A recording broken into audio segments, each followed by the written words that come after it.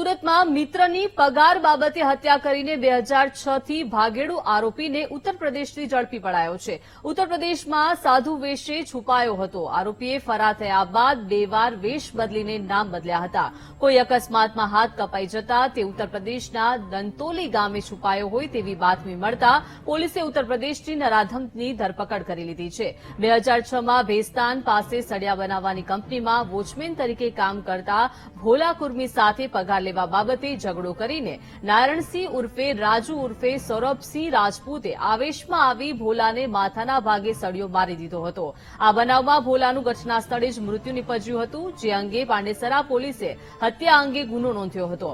ફરાર થયેલા આરોપીને શોધવા પોલીસે ઉત્તર પ્રદેશમાં એક ટીમ મોકલી હતી અને તેમાં પોલીસને આરોપીની ભાળ મેળવવામાં સફળતા મળી ન હતી. ત્યારે પાંડેસરા પોલીસને હવે એક પાકી બાતમી મળતા ઉત્તર પ્રદેશના દંતોલી ગામેથી આ શખ્સ નારાયણસિંહને ઝડપી પાડ્યો છે.